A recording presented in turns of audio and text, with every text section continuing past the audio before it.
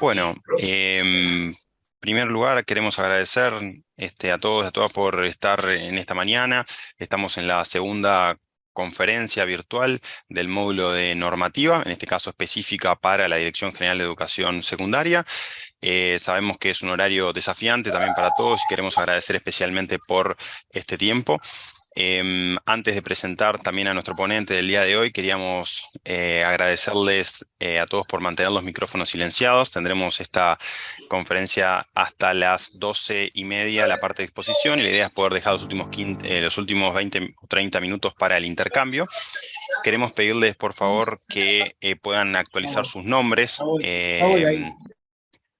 también sus nombres para entonces poder registrar la asistencia también. No es necesario dejarla en el chat, sino que nosotros necesitamos que sus nombres estén puestos correctamente. No es necesario que esté la cédula, pero sí de que no queden nombres del estilo Ceibal o similares. El que no sepa cómo hacerlo nos avisa por el chat y lo podemos ayudar también al respecto. Por último, y antes de presentar también a Bautista, queremos solicitarles los micrófonos apagados por una cuestión vinculada a convivencia en este espacio. Eventualmente, si alguno por error se desbloquea, vamos a pasar entonces a silenciarlo simplemente por esta situación. Dicho esto, entonces, presentamos al doctor Bautista Duagón. Bautista es abogado de carrera de la ANEP, se ha desempeñado como asesor letrado también en la Dirección General de Educación Técnico Profesional y en la Dirección General de Educación Secundaria, donde actualmente cumple también las funciones de secretario general. Ha sido abogado del Ministerio de Economía y Finanzas, de la Intendencia de Canelones, en el Ministerio de Desarrollo Social, y por más de una década y media ha dictado también cursos para directores e inspectores de los diferentes subsistemas de la ANEP. Le damos entonces la bienvenida y dejamos el espacio para vos, Bautista. Bueno, muchas gracias por la presentación. No sé si ahí ven, no, la presentación al iniciarla no me deja iniciar las primeras diapositivas, pero bueno. Se ve bien, la estamos viendo en este momento. Está. Lo que le quería comentar es, bueno, sí, en realidad soy un poco más viejo. 2 décadas estaba sacando cuentas en los cursos de directores, ya en el año 2003 fue el primero en el cual participé. Son 20 años. La idea de de mía, es tratar de darles algo. Obviamente hablamos de normas, yo de formación soy abogado, así que lo que le puedo hablar son de la normativa y su aplicación a la práctica. A través de mi pasaje por distintos subsistemas, trataré de hacerse lo más ameno posible. Vi que muchos mandaron preguntas, muy ricas todas, muy interesantes. No creo que podamos abordarlas todas, porque la idea mía es tratar de darles alguna visión práctica de desafíos que ustedes se van a encontrar a lo largo de su ejercicio como directores iniciales, requisitos educativos, y así que la idea es, no sé, un audio ahí que no me... hay un marco normativo, para ahí les vemos mostrando la autoridad del director, la responsabilidad del director frente a funcionarios y entre alumnos, etc. No sé si nos darán los tiempos, trataré, perdón, de ser sumamente rápido en esto, pero siéntanse en la libertad, vamos a dejar un espacio para preguntas para hacer. Yo por práctica trato de no dar nada por sabido o sentado, y prefiero arrancar de lo general a lo particular y no dar por a conceptos que ya están claros. Así que arrancando de cero, ¿verdad? Tenemos que saber que nosotros integramos un ente autónomo, un organismo público, que es la Constitución de la República. Aquí la ven, que establece que la enseñanza pública secundaria, primaria, sea regida por consejos autónomos, ¿verdad? Y estos consejos van a tener los cometidos que le integre la ley, y el estatuto de los funcionarios. Aquí lo que existe es una autonomía. Somos el organismo público que tenemos más autonomía en lo que tiene que ver con poner las reglas para todas las personas que eso dependen, de funcionarios, de alumnados, etc. Tenemos autonomía constitucional. Eso después, desde el punto de vista práctico, se verá en qué momento se aplica. Y lo vemos en la Ley de Educación, además de la Constitución, que estableció el Sistema Nacional de Educación, donde lo integra la ANEP, y nosotros, a su vez, la Dirección General de Educación Secundaria, hoy, con la nueva reforma, también lo integra. Y ahí vemos, simplemente para una idea somera, que los dos entes autónomos que tiene el Uruguay, puede ser uno, pero tiene dos, tiene la UDELAR, con todos sus consejo directivo central y todas sus facultades, y de manera parecida, similar, está la Administración de Educación Pública, que también tiene su consejo directivo central y tiene las direcciones generales, hoy, anteriormente consejos de primaria, técnico profesional y secundaria. Así que esta es una visión muy genérica para saber en dónde estamos. No integramos un ministerio, no integramos la UDELAR, no somos parte de UTEC, no somos parte del Consejo Directivo Central, de la ANEP. Los consejos directivos no, de la ANEP. La autoridad del director. Bueno, vamos a analizar frente al funcionariado, frente a estudiantes y a personas ajenas al centro. Me preguntaban por ahí las responsabilidades y los controles y las posibles sanciones que puede tener cada uno. Así que el primero que abordamos es el de los funcionarios. Marcamos algo bien genérico. Miren lo que dice el estatuto, ¿qué lo dice la ley de educación? Que el centro educativo es un centro, es un ámbito institucional jerarquizado. ¿Qué significa jerarquizado? Que tiene jerarquía entre los recursos humanos. No es horizontal, tiene un jefe, tiene un subjefe, o como quieren llamarlo, un director, un subdirector, que son términos análogos, y tiene luego personal bajo su dependencia. ¿Y qué dice? La educación es un centro jerarquizado, o sea, existe jerarquía, y dotado de recursos a los efectos, competencias, a los efectos de lograr los objetivos que se establecen en su proyecto educativo. El proyecto educativo es fundamental. Uno apunta a eso. La realidad es que en la vida de los centros educativos y con la comunidad, muchas veces los directores se ven obligados a resolver problemas de distinto orden y tenor, algunos que tienen protocolos, otros que no, otros que están en leyes nacionales, que son muy difícil poder conocer todos a la perfección. Armas, drogas, violencia institucional, violencia entre jóvenes, violencia exterior, violencia intrafamiliar, abusos que pueden ser físicos o sexuales hacia sus educandos. Por lo tanto, muchas veces el director, que es la cabeza de esa institución, está llamado a resolver situaciones que son prácticas también, en un marco normativo que está difuso, no está fácilmente ubicable, y bueno, quizás un poquito de lo que la tarea de hoy mía es un poco darles por lo menos algunos aspectos generales y prácticos de temas que se ven en el diario vivir. ¿Qué dice el estatuto docente? Que es una jerarquía responsable de velar por el cumplimiento de los deberes, los directores, ¿no? Y subdirectores respecto de los funcionarios a sus órdenes. Así que no cabe duda de que no solamente el director y su director son la máxima jerarquía, sino que son responsables por sí y también de controlar el cumplimiento de las obligaciones de los funcionarios a su cargo. Es responsable del cumplimiento de los deberes y obligaciones que le impongan al personal bajo su dependencia. ¿Qué consecuencia tiene esto? Aquí lo dice el propio estatuto. La omisión del superior frente a hechos o actos que afecten la regularidad del servicio, ¿verdad? El director puede ser llamado a responsabilidad. Por lo tanto, es la autoridad, se lo da el estatuto, se lo da la ley de educación, tiene personal a su cargo, es responsable en la medida de control y que las cosas funcionen, y eventualmente, si es omiso para lograr que el servicio funcione regularmente, podría ser llamado a responsabilidad. Pero esto no es solamente al director, todos los funcionarios docentes y de gestión tienen este cometido.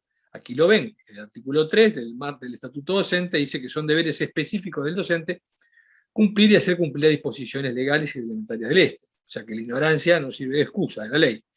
Y el no docente dice lo mismo, son deberes del funcionario cumplir y hacer cumplir las disposiciones reglamentarias. Así que también dice que son, aquí lo ven, son acatar deberes de los funcionarios, en el caso no docente, acatar las directivas que impartan sus superiores jerárquicos. Y hay una ley, la ley de conducta de administración pública y su decreto reglamentario, establece que el funcionario público debe cumplir las órdenes que le impartan sus superiores jerárquicos. ¿tá? Dentro de los límites de lo que es el marco, ¿verdad? Normativo, o a veces se dice la palabra de la obediencia debida. Pero lo importante es saber de que, en principio, el director tiene un marco normativo que le da la facultad y también lo obliga a poder desarrollar su proyecto educativo, a cumplirlo, a que el servicio funcione y eventualmente a tomar sanciones. Me preguntaban por ahí, quiero achicar acá y no sé cómo, para poder ver, a ver si... No. Me preguntaban muy atinadamente a alguno de los participantes qué sanciones con respecto al personal a su cargo puede tomar el director cuando se hace una anotación de legajo, qué documentación, en qué documentación está registrado. Está hablando en este caso, me estaban hablando de distintas situaciones. Bueno, denme un segundito, que ya vamos a llegar ahí. A ver si está por acá. ¿Qué es lo que dice el estatuto docente? Bueno, el estatuto docente y el docente y el no docente dice que hay determinadas sanciones, aquí lo vemos en el artículo 129, que podrán ser aplicadas por el director o jefe de repartición, donde se desempeña el funcionario, directores, subdirectores e inspectores. ¿Qué es lo que importa en esta temática? Aquí lo que importa es que las observaciones que se puedan poner, las observaciones escritas y las amonestaciones, que son las que puede poner el director y el subdirector, será necesario dar vista previa, ¿verdad? O sea, antes de poner la sanción, se le da un periodo de tiempo a la persona, que son 10 días, para que pueda efectuar su descargo. Y después se impone la sanción. Y ahí tenemos el elenco. Están marcadas, están subrayadas. Observación verbal, observación escrita, apercibimiento, en el caso del funcionario no docente, que en el caso del funcionario docente es amonestación, ¿verdad? Con anotación en el legajo también. Suspensión de funciones con pérdida de haberes. En el caso del no docente se puede pedir un traslado. Del docente no existe esa potestad. Pérdida de derecho al ascenso en el caso del no docente y destitución final. Así que las tres que vemos primero las puede poner el director previa vista y el subdirector. Bien. Vamos a ver un poquito el marco normativo general que regula el director.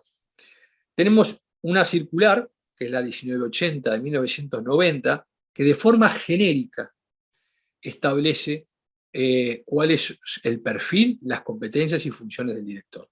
¿Por qué digo genérica? Porque no dice taxativamente todo lo que tiene que ser de la A a la Z. No dice tiene que entrar, abrir la puerta, apagar la luz, cerrar la puerta, no.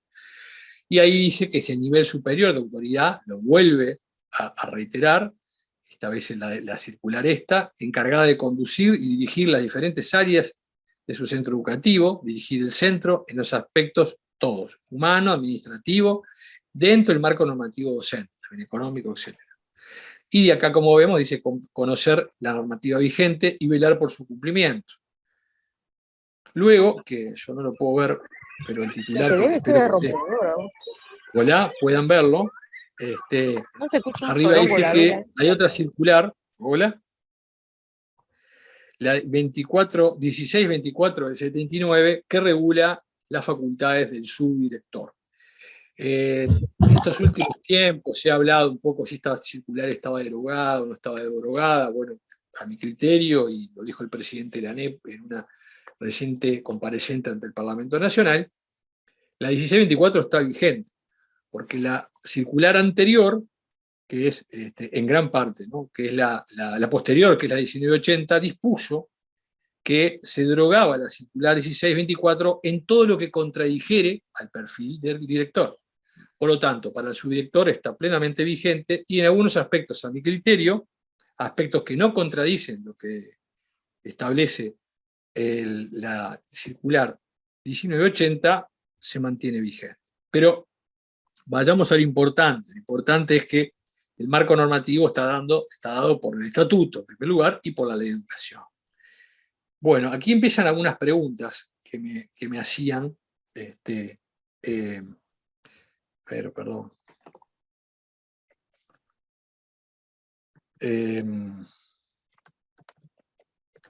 Estaban hablando de las sanciones, me preguntaban por ahí, cómo se registran. ¿verdad? Bueno, en primer lugar, tenemos que tener presente, estábamos hablando en este caso de las sanciones y los informes de dirección. En cuanto a los directores, cuando emiten sus juicios, aquí lo vemos en el estatuto, deberán, como dije, dar vista por 10 días hábiles de sus informes anuales. Y dentro de 10 días, el interesado podrá formular una oposición, ¿verdad? Oponerse al informe. No estoy de acuerdo, el puntaje me puso un puntaje bajo de 90, y lo tiene que hacer por escrito, ante el director o su director, quien lo elevará a la junta calificadora. Posteriormente, el docente además puede interponer recursos contra la calificación anual, la calificación final, ¿verdad? Eso lo deberá hacer no ante el centro educativo, sino ante la dirección general correspondiente. Bien. Eso es un concepto medio genérico de los funcionarios docentes y no docentes que sí tienen a su cargo el equipo de dirección, el director y su director. Ahora tenemos la situación de personas ajenas al centro educativo, ¿verdad? No el cuerpo docente, puntualmente, y los funcionarios de gestión. ¿Cuál es el principio general que impera aquí? Es el que establece una resolución de CODICEN de 1993, vigente al día de la fecha. El principio general es la prohibición de ingreso a los centros educativos personas ajenas al servicio. ¿Qué significa esto? Que los centros educativos no es una plaza pública, no es un museo, ¿verdad? El centro educativo podría eventualmente tener alguna función de biblioteca o función de museo, pero esto lo quitamos en este momento. Tienen una puerta especial o un tratamiento distinto. El principio general es que para el centro educativo no pueden ingresar personas ajenas al servicio, se entiende, los funcionariados y los educantes, ¿verdad? Una resolución también del año 2002, del 92, de CODICEN, encomendó a las direcciones de los centros educativos tomar las medidas necesarias para permitir exclusivamente el ingreso de estudiantes o de quienes, no siéndolo, justifiquen su acceso en virtud de una tramitación estudiantil o docente. ¿Qué significa esto?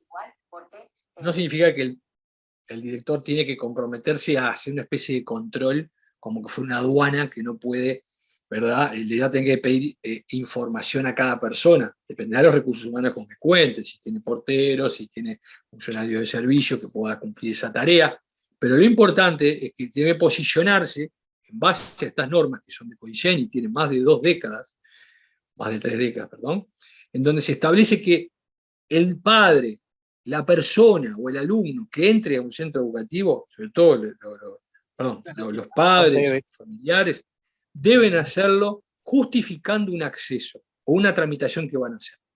Lamentablemente, hoy en día Uruguay no es ajeno a ciertas problemáticas, como pueden ser las adicciones, el tráfico, las armas, determinados problemas.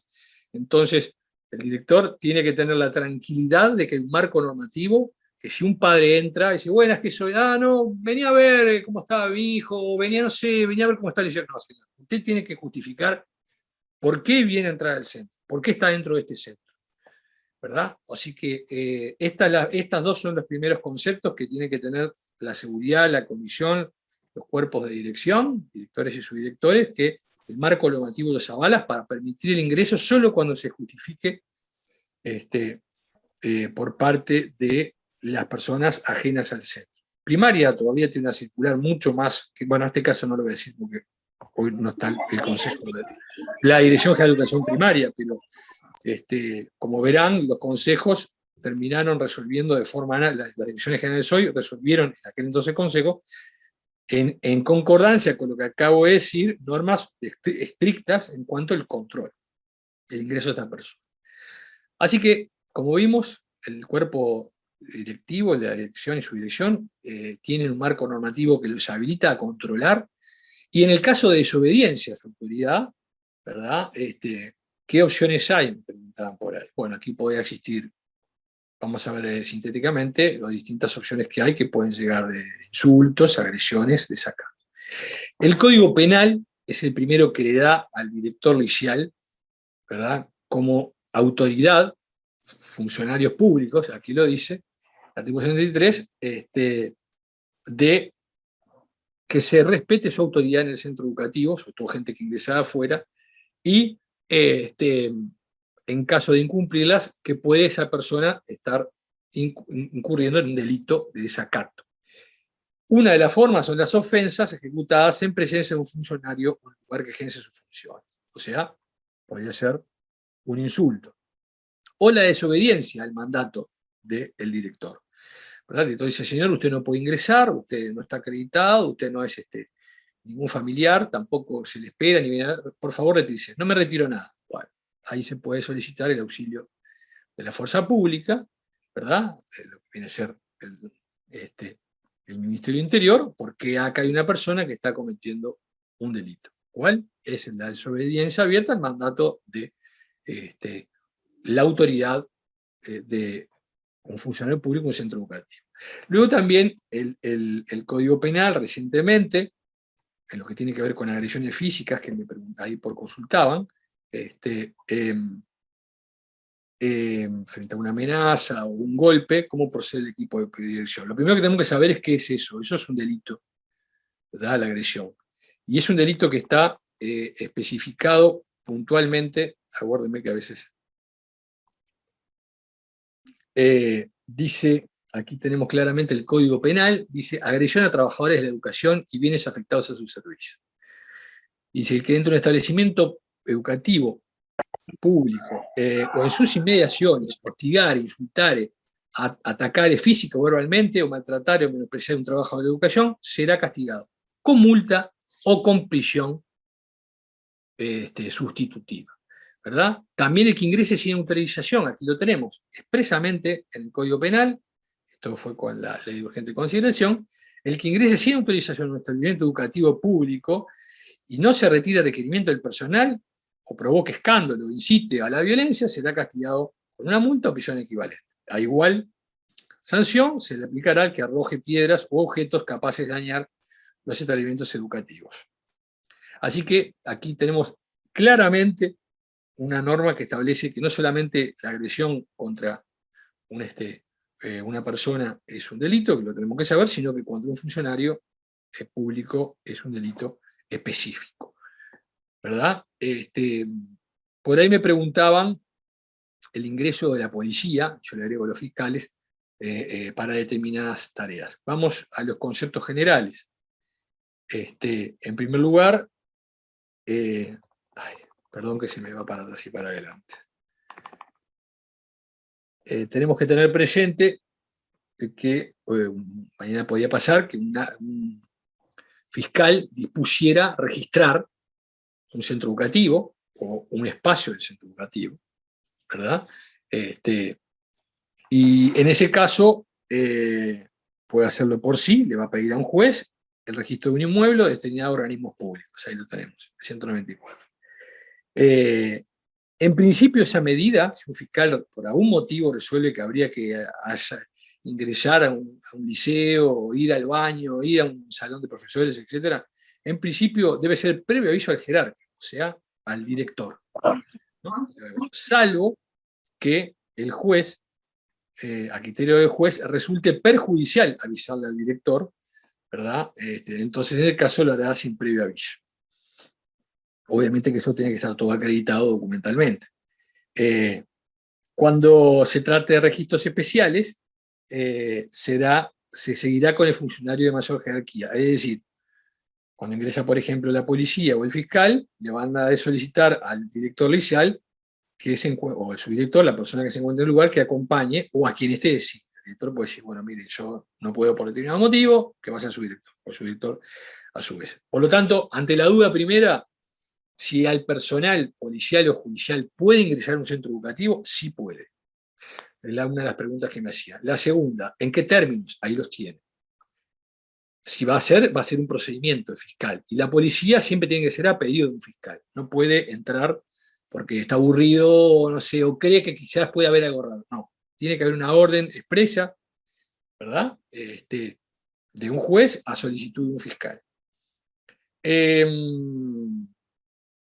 ¿Cuál es la excepción a esta regla? Bueno, cuando hace un delito que se encuentre en proceso. Por ejemplo, lamentablemente ha pasado en los otros consejos, en las otras direcciones generales hoy, en la UTU recuerdo hace muchos años y también en secundaria, que en algún momento un un delincuente, me acuerdo que había robado una cartera o que había apuñalado a alguien, y que había apuñalado, son ejemplos distintos, ingresó y se metió para perderse entre un centro educativo. En ese caso es un caso de delito en proceso, ¿verdad? Hay una persona lastimada, una persona robada, el policía puede ingresar, deberá con posterioridad, una vez que toma la acción, deberá comunicar, ¿verdad?, a la autoridad de turno. Pero podría excepcionalmente, en esta situación, en el caso que esté persiguiendo a un agresor o a un delincuente, que ingresa al centro educativo, bueno, esta es una excepción a la regla, que obviamente con posterioridad deberá acreditarlo, ¿verdad? Bueno, y aquí uno me ha hecho una pregunta, no sé si era en este caso o en el caso anterior, hay los estudiantes que en este caso los ingresan, la policía que ingresa con estudiantes, ¿verdad? No porque estén detenidos, sino porque están protegiendo su integridad física. Bautista, Sí. te interrumpo un segundo. Simplemente hay una duda en un proceso. Preguntan que no quedó claro, si puedes aclarar si la policía puede ingresar por un trámite cualquiera o si puedes volver a repasar el punto que acabas de mencionar. Gracias. Bien. Como le decía, la policía podrá entrar a cualquier repartición pública, aquí lo vemos el principio general, ¿verdad? Para hacer una diligencia, no por sí. La policía, el Ministerio Interior, es un auxiliar de la justicia, de las fiscalías, conforme es la nueva estructura penal del sistema penal uruguayo. Así que el principio general es la fiscalía y o la policía pueden ingresar, ¿verdad? Pero tienen que tener un motivo para entrar y, como dice aquí el artículo 194, deben hacer previo aviso al jerarca, decía el director. Mire, vamos a hacer tal medida. Esa es la regla, salvo que a criterio del juez, el juez penal, resulte perjudicial. Podría pasar que el indagado o la persona que está denunciada puede ser el director. Raro, pero puede pasar. Por lo tanto, hoy el fiscal podría entender de que habría que allanar la dirección licial, debería hacerse un allanamiento o una pesquisa, pero no avisarle al director porque justamente puede ser la persona implicada. Entonces, en ese caso, la regla general es avisarle al jerarca. La excepción es cuando un juez resulte perjudicial. La policía siempre es auxiliar de la servicio, de la justicia. Nunca, de un juez o un fiscal, nunca puede entrar por sí sola. No tiene capacidad autónoma de ponerse a ingresar al Parlamento, a un ministerio, a un centro educativo, si no no está auxiliando a la fiscalía o a la justicia penal. Y aquí lo dice. Sí. Creo más o menos también entender que al decir por un trámite cualquiera, se está refiriendo si puede entrar vestido de policía a hacer un trámite Por personal supuesto. o de su hijo. No, espere, vamos por partes. Vamos a tratar de ser sintético. El funcionario público por tener, o el militar o el médico, por tener un uniforme, no está excluido de ingresar a ninguna repartición pública. A ver, por lo tanto, si es padre, yo creo que es una hipótesis distinta a la que yo venía hablando. Quiero ir de lo general a lo particular. Lo general es el allanamiento a revisar un centro. Después vamos a ver que intentan detener a alguien, o un estudiante o un funcionario, y después también el caso de acompañar a la justicia. Un padre, un representante legal que ingresa por un trámite general a inscribirse como alumno, a inscribir a su hijo o hija como con el uniforme, pero por supuesto que puede entrar. Digo, no está excluido. Es más, si no le permitiéramos a un médico, a un militar o a un policía ingresar porque está uniformado, estaríamos justamente impidiendo el legal ejercicio de la patria potestad a una persona o un alumno por el solo hecho de ejercer un oficio o una profesión. Pero bueno, me gustaría seguir un poquito para adelante. Sabemos cuáles son las excepciones que se puede y no se puede la policía, como en función de policía, ejerciendo la actividad policial, no la de policía estudiante, ni policía padre, ¿verdad? No necesita autorización para entrar cuando está persiguiendo un delincuente, por ejemplo, ¿verdad? En el caso de los estudiantes o estudiantas que tienen, hombres o mujeres que tienen custodia policial, me han preguntado varias veces. Sí, por supuesto que no solamente se le debe permitir entrar, se le debe coordinar con el funcionario policial qué espacios cuidará. ¿Por qué? Fíjense, primero porque la vida es un bien que protege la Constitución. La ley de educación también dice que la educación es un derecho humano. Y se establece que el Estado debe asegurar los derechos de las personas que se encuentren en situación de vulnerabilidad. Generalmente, les cuento, generalmente no, hay una norma que dispone que las tobilleras a los adolescentes o a las adolescentes solo se le podrá imponer si son mayores de 18 años. Por tanto, cada vez es más común encontrar relaciones de noviazgo donde un juez, a pesar de que son menores, le pone prohibiciones de comunicación y acercamiento y dispone tobillera.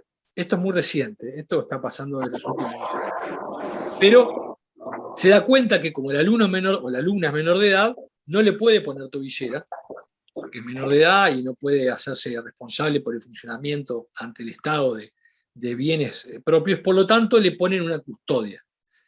¿Qué dice la ley? Una ley que es la ley de género. Dice que todas las instituciones educativas públicas deben velar porque las medidas de protección a las mujeres víctimas de violencia no afecten su derecho a la educación. Así que si hay una alumna menor de edad que tiene una custodia policial, deberá entrar al centro educativo. Habrá que coordinar, si esto no está protocolizado, en qué lugar será mejor, más útil su presencia. O sea, no tiene por qué estar acompañándole al baño, pero sí puede estar en la puerta, sí puede del centro educativo, deberá controlar bueno, que el agresor no se cuele por una ventana, entre por una puerta. Lamentablemente por esta situación triste, este flagelo que vive la sociedad uruguaya, muchas veces debemos con la policía mantener relaciones, colaboración. Este es un caso. Bien. También nos puede pasar otra situación. Mujeres que entren con policía. ¿Por qué? Porque ellas son víctimas. Puede ser una madre, un alumno, puede ser una funcionaria. Por lo tanto, si un juez le dispuso que tenga custodia policial permanente, para ir al médico, para ir al supermercado, para ir a trabajar también, más allá de que a alguien no le pueda caer simpático o le caiga muy simpático un uniforme policial, ahí están cumpliendo una orden judicial. Así que deberá coordinarse para que pueda cumplir su función de custodia. Acá tenemos el caso que se citará, por ejemplo, a testigos, ¿verdad? Un alumno que participó, que vio cuando se robaba a alguien, por ejemplo. Entonces, en este caso, aguarden un segundito porque se me fue. En principio deberá la policía traer una citación, ¿verdad? Mire, por orden de fiscal número tal, de adolescentes o de adultos, vengo a citar al alumno Bautista Vagón y te la traen una citación escrita, ¿verdad? Y tiene que aclarar a dónde debe presentarse, en la seccional, en una fiscalía de adolescentes y la sanción que si no se presenta. Solo en casos de urgencia, por excepción, podrán ser citados de forma verbal, pero deberá dejar constancia. ¿Quién? Un funcionario policial. A nosotros, si mañana llegara un policía diciendo que está citando para la fiscalía el día de mañana al alumno Bautista Vagón, en el horario tal, cita en la calle Cerrito o Misiones, número tal, bueno, en ese caso, papel. Si no trae el documento, por razón de urgencia, que eso lo va a determinar el fiscal, es bueno que nosotros lo asentemos, ¿verdad? En el parte diario y que comuniquemos al jerarca que se está citando a un alumno para una instancia judicial. Bien, por lo tanto, eso es en la órbita nacional, las leyes. Y después en la órbita interna de la ANEP tenemos una norma que establece que solo se podrá dar información de funcionarios ante orden judicial expresa, en la cual se recrea claramente dichos datos. Si mañana entra un policía diciendo que pide datos respecto del estudiante mayor de edad o del funcionario autista vagón, profesor de historia, bueno, en ese caso, a nosotros nos obliga una norma interna de la ANEP, que está vigente, a que vamos a poder información ante orden judicial expresa. O sea, expresa no significa que sea escrita necesariamente, ¿verdad? Pero deberá el funcionario decir, yo me estoy presentando por orden del fiscal delitos sexuales, estupefacientes, número tal, y solicitamos datos del profesor, un profesor de historia de nombre Bautista que no tenemos el apellido. En ese caso, es la opción, no se pueden dar datos. También esto se aplica a los alumnos, ¿verdad? Y bueno, ¿y por qué pasa esto? Bueno, porque hay una ley que en principio establece que los datos personales en principio no se pueden dar y suministrar, obviamente que a la justicia sí, pero en esas condiciones, ¿verdad? Entonces, vamos a seguir para responsabilidad del director y los funcionarios. Obligaciones de denunciar. Por ahí me preguntaban qué tenía que, ahora que lo tengo por acá, el papel, había preguntas, ¿cuándo denunciar? ¿Qué denunciar? Bueno, no hay una regla taxativa que dicen cuando violen, maten, tiren, lastimen, ingresen droga, hay que hacer A o B. Tenemos una norma general, que es el Código Penal, que establece la suspensión del funcionario, ¿verdad?, cuando retardare u omitiere recepcionar una denuncia, ¿verdad? Obviamente, en lo que tiene que ver con sus funciones, ¿no? Si viene un alumno, por ejemplo, y nos dice que está viendo que están vendiendo droga en el baño, o que eso es un delito, ¿verdad?, la venta de estupefacientes, o que están golpeando o apuñalando a un compañero en el baño, otro delito de lesiones, ¿verdad? Si nosotros, en ese caso, ometemos o retardamos cuando tenemos conocimiento, ¿verdad?, derecho, la denuncia, en este caso podríamos ser pasibles de sanción. Quiero aclarar que los delitos que puedan tener relación con la parte del centro educativo, si entra un vecino y dice, mire, en la calle de enfrente le están robando los cables al vecino, y este es un centro educativo, digo, eso pasa en mi liceo, es un alumno en mi liceo, no, entonces no me corresponde, ¿verdad?, gestionar o tomar cartas en el asunto. Luego tenemos la ordenanza 10, que dice que todo funcionario público, es una norma nuestra interna, está obligado a denunciar las irregularidades que tuviera conocimiento en razón de sus funciones, ¿verdad?, la función de director, subdirector, las que se cometieran en su repartición, es decir, en el liceo, o aquellas cuyos efectos se experimentaran. Estas irregularidades pueden no necesariamente ser delitos. Por ejemplo, puede ser un incumplimiento de las obligaciones del educando, ¿verdad?, previstas en el CAP, por ejemplo, ingreso de material pornográfico, ¿verdad?, entre menores, o rotura de bienes del Estado, ¿no?, bienes del centro educativo. En ese caso, el funcionario público, no solo el director, cualquier funcionario público que tiene conocimiento, como dice la norma, de esto, tiene que hacer la denuncia, debe hacer la denuncia. O sea que esto no es exclusivo para un director, esto para todo funcionario público, una obligación genérica prevista en la ordenanza 10, que es el procedimiento que la ANEP tiene previsto para planeamiento general y disciplinario en su funcionamiento. ¿Qué dice el 173? Que la denuncia administrativa, por ejemplo, a un alumno que copió, ¿verdad?, y que deberá hacerse el mecanismo correspondiente, es sin perjuicio de la denuncia policial o judicial de los delitos que se pueden estar cometiendo. Es decir, si además de ser una falta prevista en el Estatuto del Estudiante o en el Estatuto Docente, constituye un delito, puede constituir un delito, en ese caso habrá que radicarse la denuncia penal o judicial. Policial es lo más fácil porque uno tiene el centro, la policía, las comisarías cerca.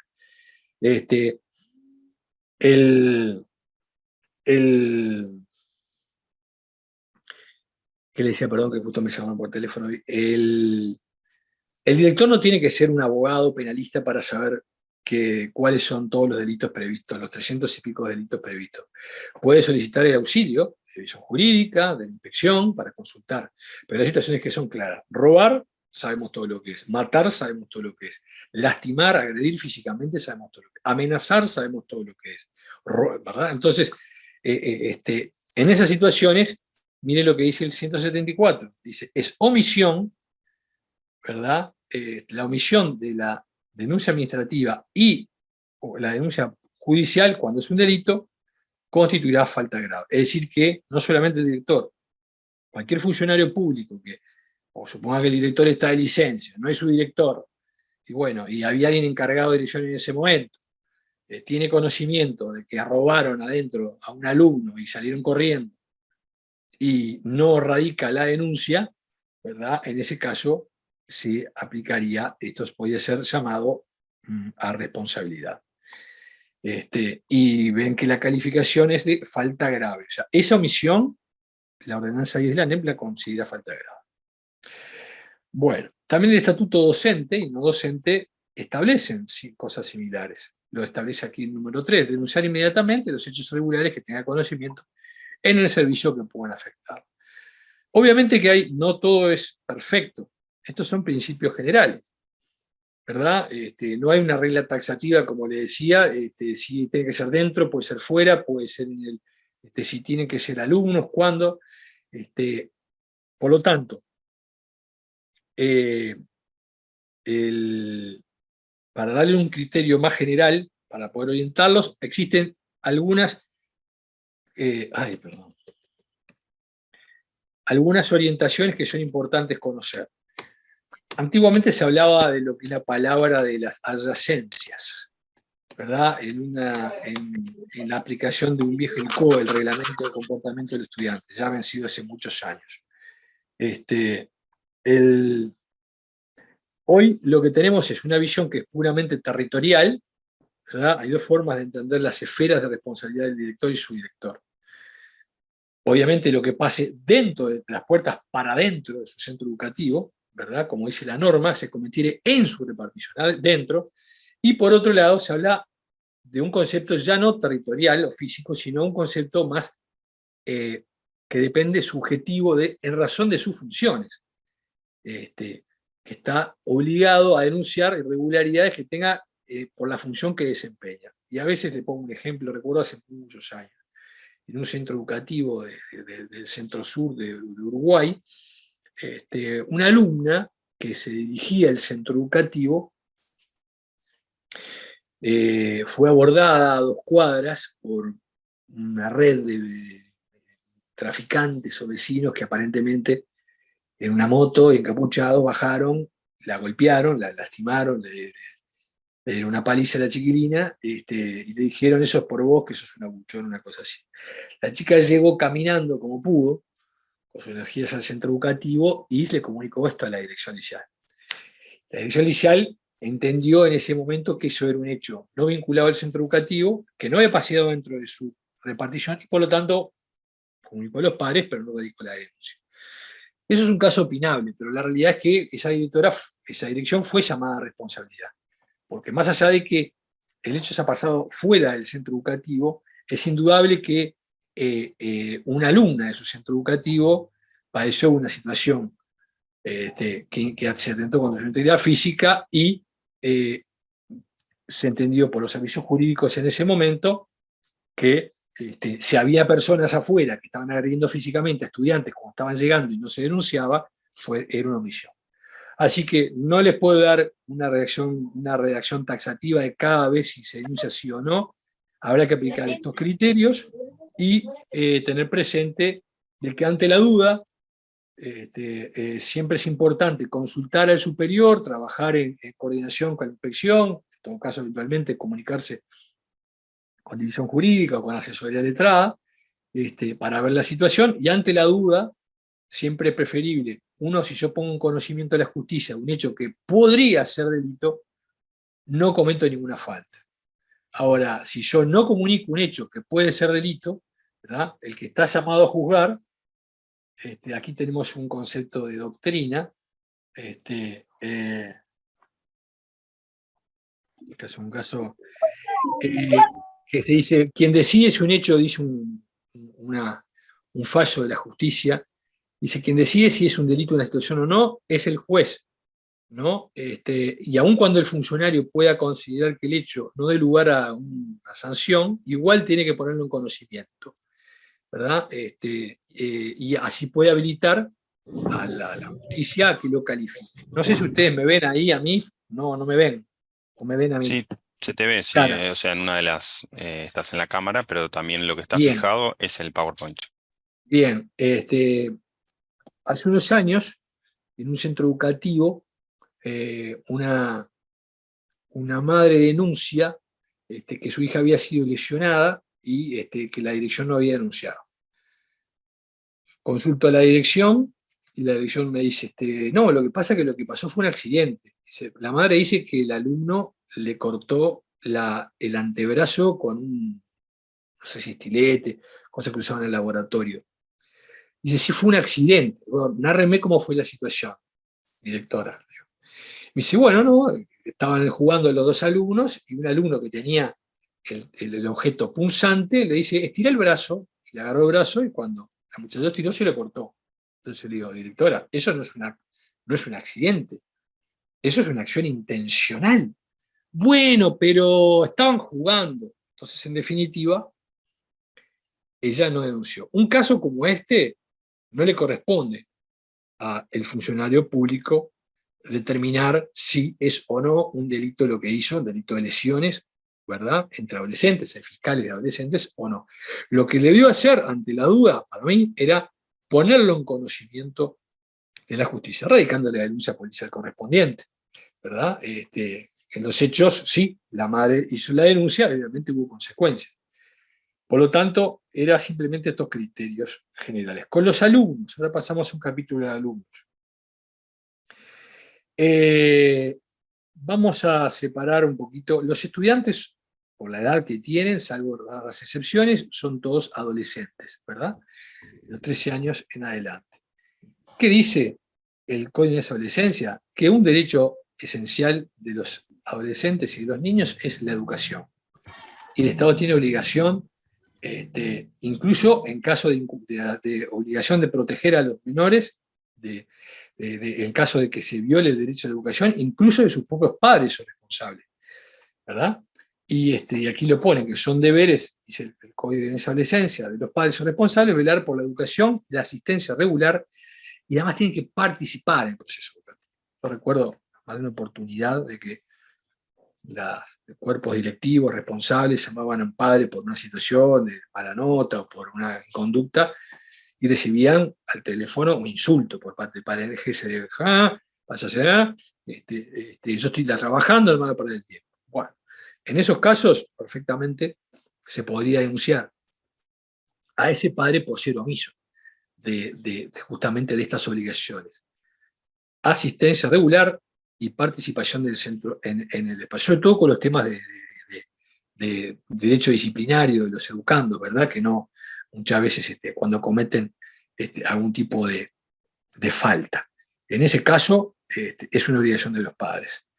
También es un deber de los adolescentes mantener una actitud de respeto en la vida, de lo que tiene que ver con la relación educativa. O sea que no son todos derechos de los niños. También los adolescentes tienen la obligación, como dice acá, de respetar los derechos y creencias de los demás y respetar el orden jurídico.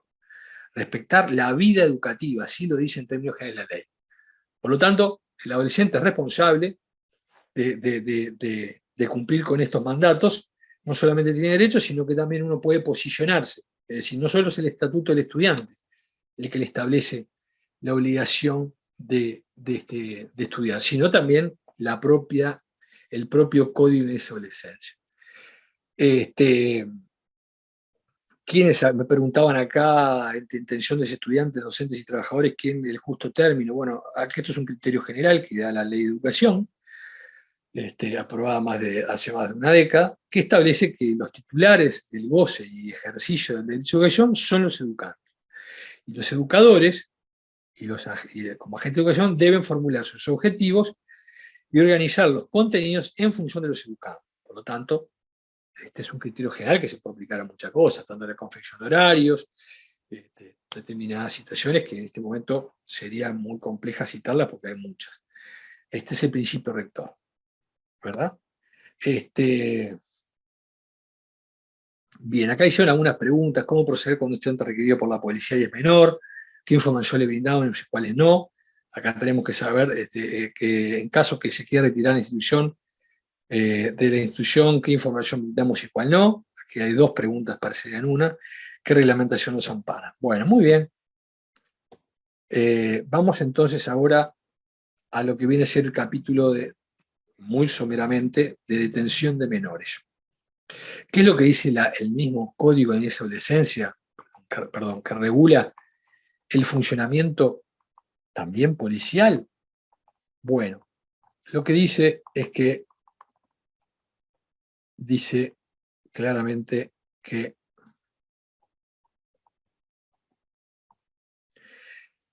cuando la policía proceda a detener a un adolescente, o sea, vamos a suponer, ¿qué hipótesis la policía puede entrar sin avisar a la dirección, dijimos, al equipo, a las jerarquías? Cuando hay un delito en proceso, está persiguiendo, supongamos que estuviera persiguiendo un adolescente, y que ese adolescente además fuera estudiante, porque lamentablemente, digo, esta temática no nos exonera, ¿no? Entonces, en definitiva, ¿qué dice la norma? Cuando la policía detenga a un adolescente, bajo su más seria responsabilidad deberá, o sea, puede ser llamado responsabilidad a sumario y hasta destitución un policía, realizar la actuación de modo que menos perjudique la reputación del adolescente, es decir, deberá hacerlo de forma correcta. Hacerle conocer los motivos de la detención, poner en conocimiento dentro de 2 horas a un juez de la situación, hoy en día es un fiscal, e informar a los padres y responsables. Por lo tanto, el primer persona que está obligada, cuando detiene a un menor, a comunicarle a los padres de que ese menor está siendo detenido y los motivos, es el propio Ministerio del Interior. Eso no es una obligación de la ANEP, ¿verdad? Nosotros somos gestores, administradores de los espacios públicos y de los bienes públicos, como es un liceo. Si la policía entrara por un lugar, el primer responsable de informar y hacerle conocer los motivos, que esto puede pasar, ¿verdad?, es la propia policía. Que nosotros lo podemos hacer, por supuesto. Que es proactivo, por supuesto. Pero el deber previsto en una ley, ¿verdad?, supongamos que un director por determinado motivo no le pudo comunicar a un padre que tomó conocimiento que su hijo había sido detenido por vender droga, por robar, por agredir, lo que sea un policía afuera, es el Ministerio del Interior. No hay una obligación legal que a nosotros nos exija, a los cuerpos de dirección, pero entiendo que es proactivo. ¿Qué es lo que dice también la ley? Dice que solo podrá ser detenido en delitos en procesos, ¿verdad?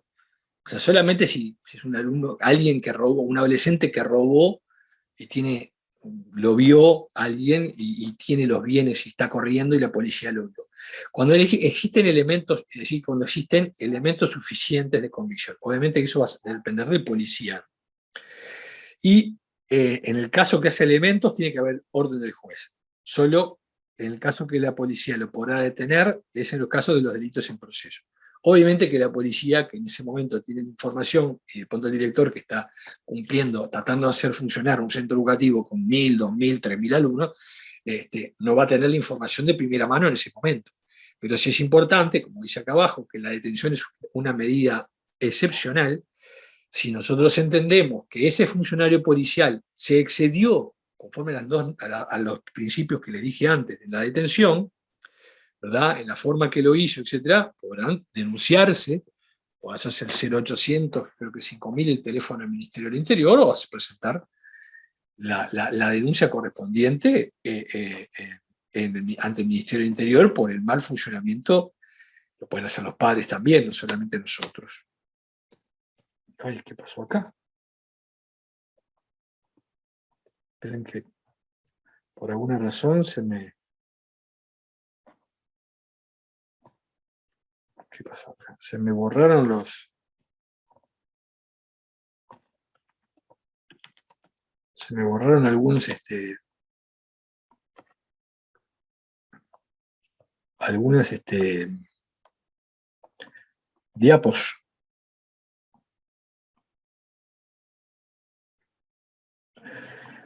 Acá está. Bien. Ay, perdón. No sé por qué se me salta para ahí.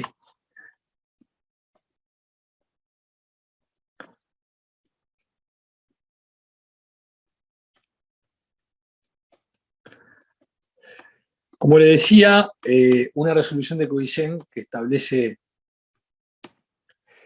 que la misma que hablaba de los funcionarios, que es la de 2007, dice que solo se brindará información a personas ajenas de alumnos en caso de orden expresa competente, que puede ser judicial o puede ser de un fiscal. Y debe reclamar claramente los datos. Es decir, ¿a quién? En los casos que refieran a menores de 18 años de edad, que piden datos, ¿verdad? Deberá darse la información y simultáneamente se deberá comunicar a los padres. Es decir, que si hay un policía que ingresa y solicita información del alumno menor de edad, Bautista Duagón, ¿verdad? Y aclara que por orden del fiscal de adolescente, número tal, y debe comparecer o debe dar los datos para ser citado audiencia tal, en ese caso la información debe darse, pero debe también avisarse de forma simultánea a los padres o tutores. Yo les recomiendo, porque muchas veces los padres no atienden sus teléfonos, porque creo que no siempre uno está mirando el teléfono celular, que ustedes asienten cuando se lo comunican, si esto pasara, esperemos que no, pero si en alguna situación se da, que con tal día, tal hora, se comunicó con el padre que se pidió información por parte del funcionario policial que debe identificarse, el nombre tal, cargo tal, de la seccional tal o tal, que vino a pedir datos de su padre. Porque si no se pueden comunicar, después se les suele reclamar. Y acá tenemos un ejemplo claro de correctamente, perdón, de lo que no es correcto o posible cristalizar. Aquí tenemos la parte formal, es muy correcta, se le comunica a la editora Liceo tal, por oficio tal, la Jefatura de Policía de Montevideo, ¿verdad? Que por resolución del juzgado de adolescentes, cuarto turno, todo resolución de hora 9, todo hasta ahí venimos bien. Solicito que brinde información a estos datos personales de la menor de nombre Dani, de cuarto año, o sea, de cabellos pelirrojos, la cual habría comprado un objeto, A ver, quizás podemos ubicar y haya una sola pelirroja en cuarto año de nombre Daniela, pero estos datos son bastante genéricos. Es posible que uno no pueda cumplir con la orden, entonces en ese caso con la solicitud. ¿Por qué? Porque no son precisos. En ese caso le respondemos por la misma vía, en esta época funcionaban los fax, ahora en su forma general son los correos electrónicos, ¿verdad? Acá tenemos un caso un ejemplo donde se comunica a la directora Liceo tal, que te informe la dependencia. Bueno, ahí tenemos distintos ejemplos de lo que tiene que ver con información a la policía. Ahora tenemos información a la prensa. ¿Qué dice el Código de Adolescencia? Que está prohibido por los medios de prensa identificar a un adolescente, ¿verdad? Identificar cuando la persona no lo hace con voluntad propia, ¿verdad? Cuando el adolescente que tiene derechos no lo está por un adolescente que se firma.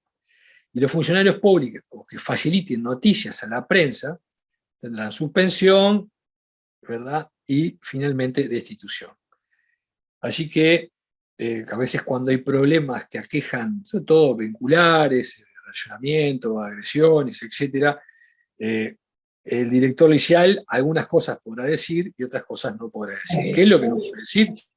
No puede obviamente identificar a los adolescentes porque acá esta es la norma que le establece que será sancionado.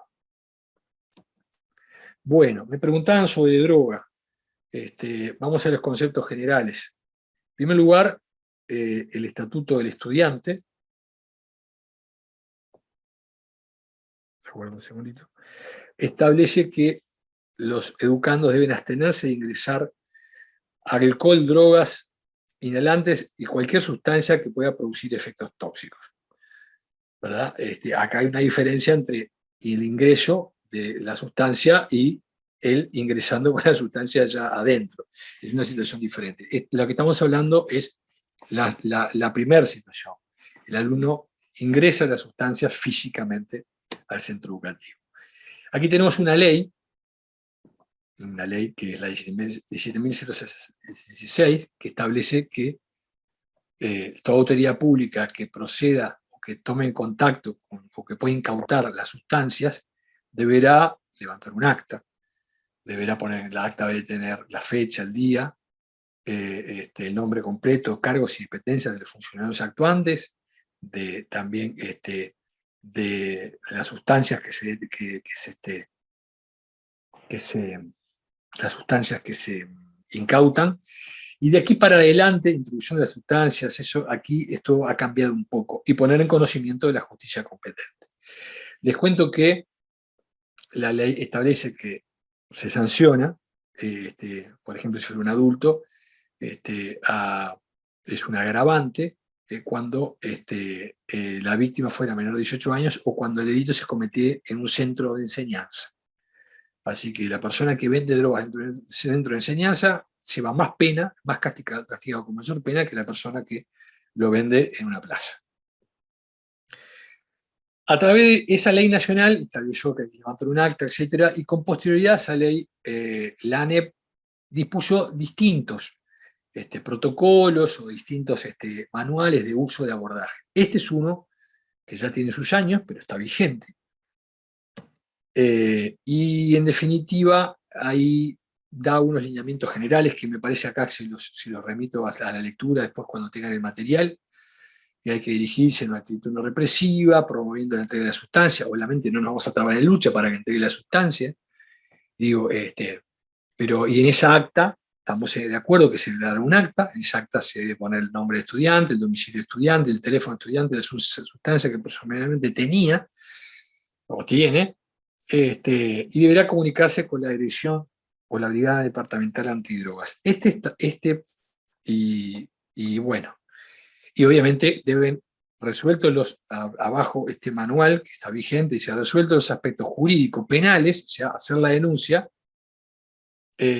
deberá ser abordada la situación como un problema educativo y de salud a resolver. ¿Qué quiero decir con esto? Hay distintas formas de pensar de cómo abordar un tema de drogas. A mí me preguntaban cómo se actuaba cuando había un estudiante que vendía drogas, que consumía drogas, etc. Este es el lineamiento general que nos da Codicen y no se ha derogado. Yo he estado trabajando, integrando una comisión para hacer un manual, una guía más amigable que esto, que tenía más de 60 hojas, la verdad bastante complejo para un director o un funcionario, su director leer y comprender, que está ahora para aprobarse en breve. Fue elevado por la Dirección de Derechos Humanos, intervino la subdirección de secundaria, intervinieron otros actores. En esta nueva, ¿para qué le digo esto? En esta nueva propuesta, no sería el encargado de remitir la sustancia, en caso de poder haberla incautado, al Ministerio del Interior, el funcionario de la ANEP, sino que habría que comunicarse con la brigada departamental de antidrogas, y es esa misma que se dirigirá al centro educativo un poco para facilitarle. Nosotros le haremos nuestra acta interna de ANEP, ¿verdad?, de secundaria, de lo que pasó. Pero por otro lado, a la hora de comunicar y entregar la sustancia a la justicia, será la brigada que se acercará. Por lo que tengo hablado con jerarquías de la Dirección de Drogas, Nacional de Drogas, con la Junta Nacional, las brigadas departamentales antidrogas de toda la República ya están en conocimiento de que son ellos que deberán proceder al retiro de las sustancias, y no el director en ómnibus en el liceo, la directora en moto, llevar la sustancia a la primera dependencia policial. Yo creo que por ese lado se avanza, pero todavía esto está, esta última instancia está para aprobar códice. ¿Qué les quiero decir con esto? Que si ustedes se comunican con la brigada departamental y le plantean esta situación, la Junta Nacional de Drogas está al tanto y seguramente asista, pero nosotros todavía no tenemos una norma que lo haya consignado la obligación de la Junta Nacional expresamente. ¿Verdad? Esta línea de acción en este manual que le decía, de uso, establece, y ya le digo que se remiten a su lectura, cómo abordar estudiantes, ¿verdad? Vendiendo las adyacencias, sustancias, adentro, qué es lo que se tiene que hacer, qué es lo que no se tiene que hacer, que no debe hacerse interrogatorios, y también claramente se dice que se deberá comunicar. O sea, que nosotros no podemos ser omisos y no comunicar a la justicia. Bueno, ¿cómo actuar en caso de encontrar estudiantes? Creo que lo acabamos de decir, con posesión de sustancias, drogados, drogados no dijimos, o vendiendo drogas. En el caso de drogados, en el caso de secundaria, tiene un convenio suscrito con emergencias móviles, en el caso que el alumno pueda sufrir una recaída o pueda encontrarse en una situación frágil desde el punto de vista de salud, nosotros podemos solicitar el auxilio de ese servicio. También puede pasar que tengamos un psicólogo y el joven no esté en una situación de fragilidad de salud, y bueno, en ese caso no hay una única forma de abordarlo, sí tiene que ser una forma no represiva, y en esos casos deberá comunicarse a la jerarquía, y el manual que les acabo de decir, que les mostré, que tiene esta carátula, o la norma que recientemente se aprobará en breve por parte de ANEP y la Junta Nacional de Drogas, le va ahora sí a texto expreso decirle cómo proceder en esos casos, en los alumnos obviamente drogados. Lo que queda claro que un alumno que ingresa drogado a un centro educativo, de pique, como mínimo, está incumpliendo con los deberes previstos en el estatuto del estudiante, ¿verdad? Por lo tanto, debe ser llamado a responsabilidad. Debe convocarse el CAP y debe ser sancionado. El tema del acoso sexual, me parece que en este momento ustedes ninguno hizo una pregunta concreta de este tema, y quizás sea demasiado, por los minutos que nos van quedando, 12 minutos, quizás sea demasiado, extendernos demasiado para poder abordar y después continuar con el CAP, que sí me hicieron preguntas del CAP. ¿Qué es lo que les quiero decir simplemente? Que bueno, que hay una normativa en materia de acoso en centros educativos, contra el maltrato y acoso, y hay otra ley que refiere al acoso sexual en las relaciones. Tenemos un protocolo laboral, de acoso laboral para los trabajadores, y un protocolo de acoso sexual para trabajadores y estudiantes. Trabajadores tercerizados, no tercerizados, contratados, presupuestados, efectivos, interinos, suplentes, se les aplica todo. En este caso, perdón, se me va, perdón que no soy muy ducho en materia de informática y no sé por qué me remite para atrás. Así que no me queda otra que esta situación. Darle al dedal. Bueno, entonces, respecto a esta temática, saber qué es acoso sexual, es una promesa de trato preferencial en cuanto para una situación actual o futura de beneficio, amenazas, acercamientos o conductas que no sean deseadas, ¿verdad? Ofensivas, para quien lo reciba, pero también tiene que ser para que lo reciba, pero hay un marco, ¿no? No puede ser que, por ejemplo, si alguien me saluda con la mano, un beso, yo entiendo que ese tocamiento ya constituye una conducta ofensiva. Ofensiva obviamente es en principio para el que no recibe, pero eso no marca la vara al momento de sancionar. Y el uso de expresiones escritas o verbales, imagen de naturaleza sexual o comentarios ofensivas humillantes. Eso es en términos generales, ¿verdad? Los actos pueden ser cometidos por cualquier funcionario y también por personas vinculadas, como les dije, tercerizadas, funcionarios de gestión, funcionarios empleados de empresas, etc. La denuncia se tiene que presentar en sobre cerrado, puede presentarse ante la denuncia de acoso ante derechos humanos del CODICEN, la dirección, o ante la dirección general correspondiente. Se puede presentar ante la inspección o se puede presentar ante la propia dirección del centro educativo. Y bueno, yo el procedimiento, los plazos, eso se los invito a la lectura, porque nos va a consumir mucho tiempo. Tenemos aquí la situación de los derechos y obligaciones, ¿no? Es una doble faz de los estudiantes. Ay, Dios. No sé cómo para volver a la presentación. Así que les doy así.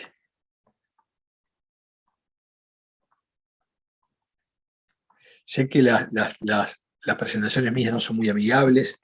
Yo pongo la normativa porque obviamente hay que leerla, hay que conocerla, pero bueno, sepan disculpar. Así que en definitiva, en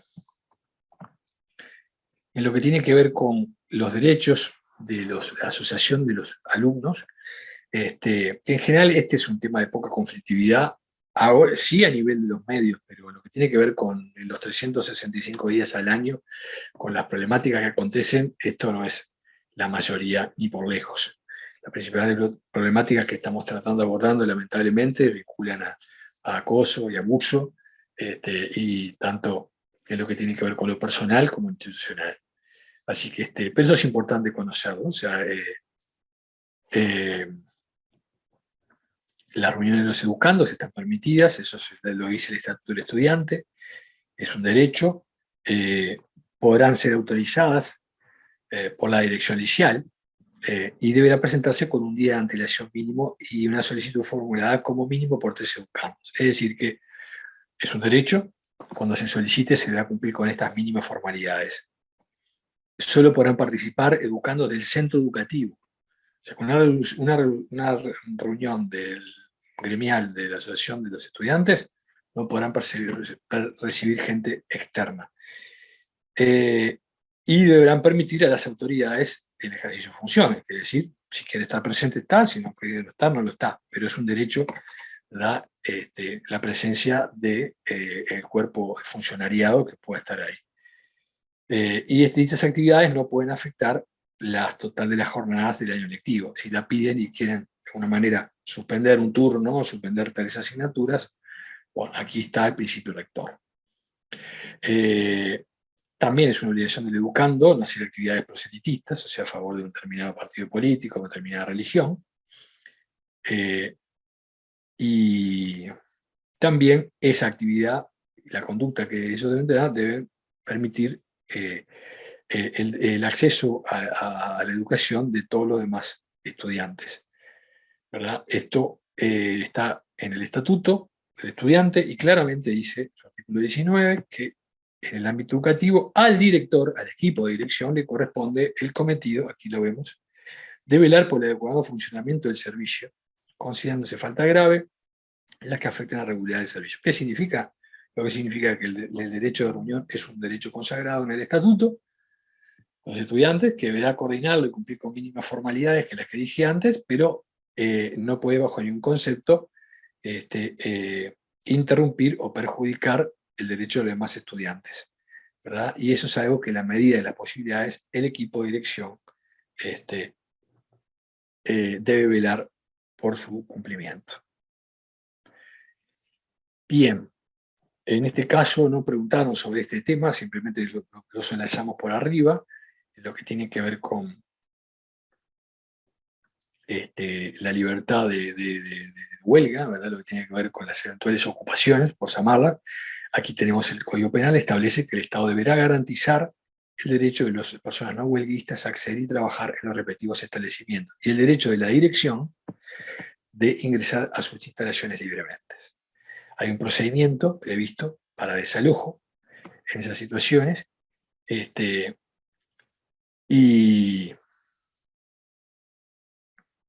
si les parece bien, ahora, en los pocos 4 minutos que me queda, antes de las preguntas, abordaremos el CAP, ¿verdad? Ahí habían varias preguntas, todas muy interesantes, respecto a quién abarca el CAP. Bueno, el CAP abarca o comprende a los estudiantes de los centros educativos no se modificó, de las direcciones generales, ¿verdad? Técnicos profesionales. A los centros educativos habilitados privados, sobre todo cada un director puede haber que sea el CEO adscriptor de algún centro o algo, no está, a ellos no los aplica, el ámbito de aplicación no los alcanza, sin perjuicio que ellos puedan aplicarlo si voluntariamente lo aceptan. Es decir, un centro habilitado no necesita para sancionar a un estudiante de convocar un CAP, pero si opta a hacer el CAP, deberá cumplir a rajatabla todos los procesos, todas sus etapas. Bien, en definitiva, a ver si puedo decirles, que muy genéricamente, el director, hay una fase de que se convoca el CAP, ¿verdad? ¿Cómo puede sancionar un director? Desde el estatuto del estudiante hay algunas facultades que solamente las puede hacer el CAP, no el director de forma directa. Todos sabemos, a principio de año deberá integrarse el CAP con docentes, ha elegido uno, otro elegido por el director, otro por sus pares y otro por los estudiantes, ¿verdad? La dirección deberá dar cuenta a inspección de cómo es esa integración, y bueno, en caso de cumplirse alguna irregularidad o una muy buena, destacada performance o actividad de un estudiante, no está hecho solo para sancionar, también para premiar, se convocará el CAP. Por ejemplo, una actuación mérita destacada a nivel de escolaridad o deportiva. En el caso del procedimiento disciplinario, ¿verdad? Trato irrespetuoso, conducta que, como dijimos, no permita desarrollar la actividad educativa, ingresar con armas, con drogas, con perjuicio hasta los material pornográfico o perjuicios a los símbolos patrios. En esos casos se convoca el CAP y es lo que se inicia lo que es una fase de investigación. Esta investigación, el director está exento, no puede participar. Es solamente los 3 docentes que cité que harán las indagatorias, los interrogatorios, procurar la prueba, etc. Si existe un inculpado, una persona que puede ser la que se cree que robó, se cree que la que entró la droga, que agredió, bueno, se le entregará, se dice una copia del estatuto. Antes se decía que se entregaba una copia del estatuto, lo que hoy se le dice, se le da el link en donde puede ingresar. Y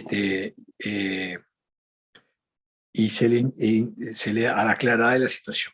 Luego de la investigación hace un informe, el CAP, ese informe, si hay un inculpado, se le da vista al estudiante y luego se eleva el dictamen a la dirección. El director podrá clausurar el procedimiento, entiende que no hay ninguna responsabilidad, podrá acompañar las medidas que propone el CAP o pedir que se amplíe el proceso, en el caso de que comparta o no comparta. Por lo tanto, si se aparta de la decisión, por ejemplo, que propone el CAP, en este caso deberá fundar las razones por las cuales se aparta y pone una sanción distinta, diferente, mayor o menor, etc.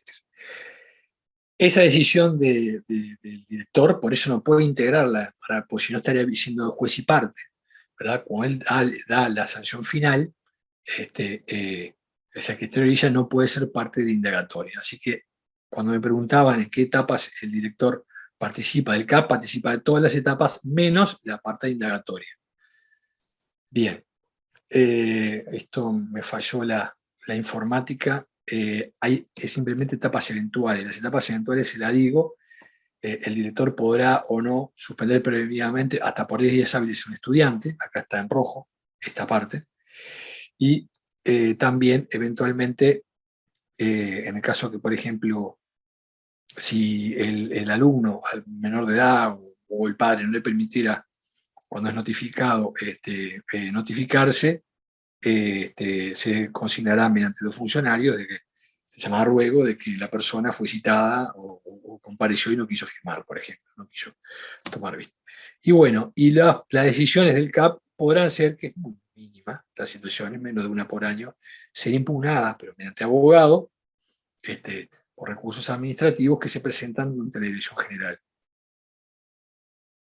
Hay un órgano asesor que se conforma, en donde debe elevarse el recurso a ese órgano asesor, y ese órgano asesor, que está integrado por un director, por un inspector y un abogado de jurídica, deberá informar al consejo que toma la decisión. Bueno, las sanciones creo que se las remito a la lectura, ¿verdad? Las sanciones que se pueden poner del estatuto, son un estatuto corto, de pocas, no más de 25 artículos.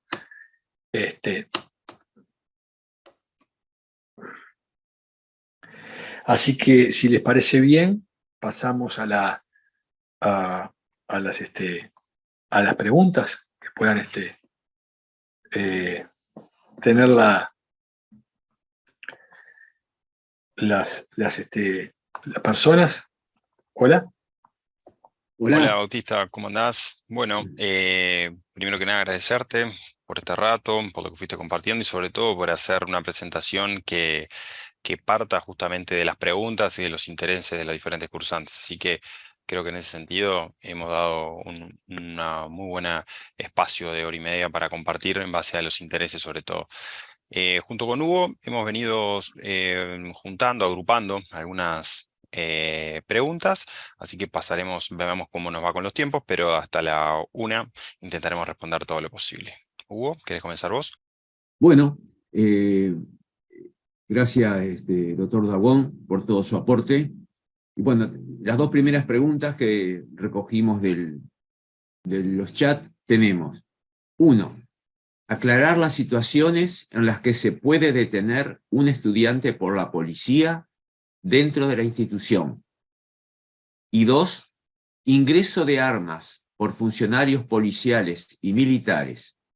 Distinguir la situación en la que el funcionario con el arma fuera un estudiante. No sé si quedó claro o vamos de a una, como ustedes. Sí, vamos a la primera. Bueno, aclarar las situaciones en las que se puede detener a un estudiante por la policía dentro de la institución. Bien, como dijimos inicialmente, no es la ANEP. El educando es un niño o un adolescente. Por lo tanto, se le aplican las normas del Código de Niñez y Adolescencia. El Código de Niñez y Adolescencia establece de forma expresa, a ver que lo tengo por acá, como les dije anteriormente, en qué hipótesis y bajo qué premisas un policía puede detener a un alumno, a un menor, sea dentro o fuera del centro educativo. La regla es la misma. No, nosotros no somos una embajada, no es un territorio, de un gobierno extranjero, como puede ser la casa de un embajador.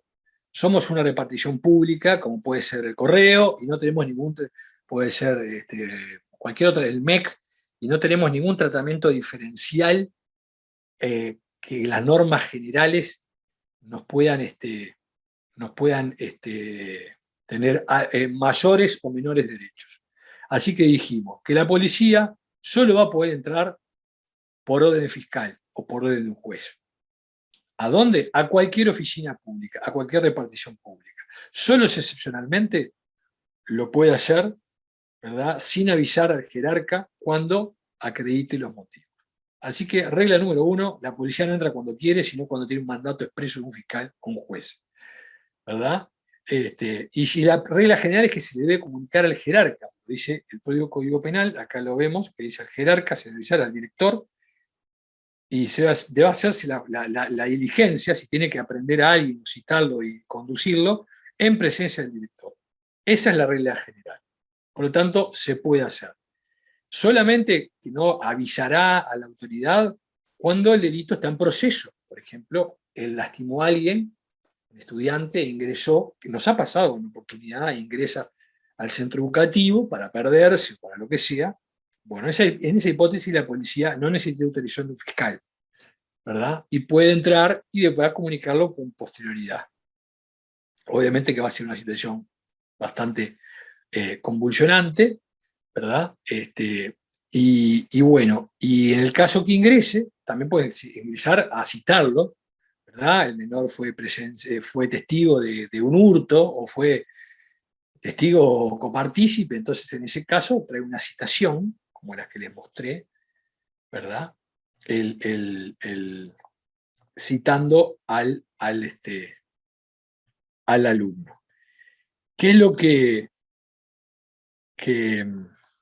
decíamos en la detención de menores? Que también o sea, un menor de edad alumno puede ser detenido. ¿En qué hipótesis? Puedo decir por quinta vez, en el caso de un delito que esté en proceso flagrante. La policía no puede entrar y decir, miren, robaron una verdulería en la esquina y estamos entrando a ver si vamos a encontrar al que... No. Usted, si no está persiguiendo claramente a alguien que tiene elementos que está siendo indagado, joven de vaquero y gorritos, acá hay 1500, así que esa descripción no es suficiente.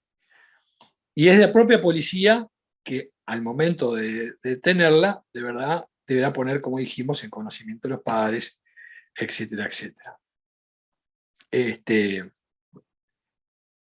Bueno, eso es lo que tiene que ver, no sé si quedó claro, con el ingreso de la policía en qué situaciones, que son excepcionales, y tiene que tener un fundamento jurídico, una orden expresa. Luego, que no está en esta diapo, pero la estaba pensando, la temática de las armas. Vamos por parte. Son distintas las situaciones. La ANEP, la Dirección General de Educación Secundaria, desde hace muchísimo tiempo, firmó se tiene un convenio firmado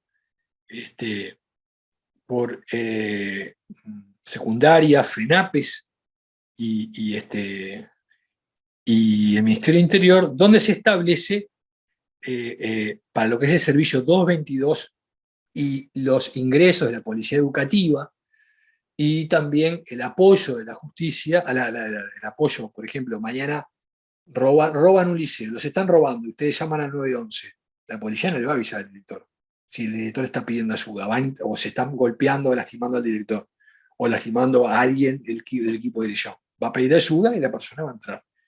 Por lo tanto, en ese caso, es evidente que el policía, el servicio 222, porque lo dice la ley, y el auxilio, la colaboración, ayudar, solo lo puede hacer con el arma de reglamento. O sea que las hipótesis que la policía está auxiliando a la justicia o nosotros solicitamos la asistencia de la policía para ayudar, es indudable que solamente lo puede hacer con su arma reglamentaria. Eso es en primer lugar. En segundo lugar, existía una norma que fue derogada recientemente, que lo que tiene que ver con, en el año 2018, no recientemente, que establecía estoy buscando acá pero no lo encuentro, establecía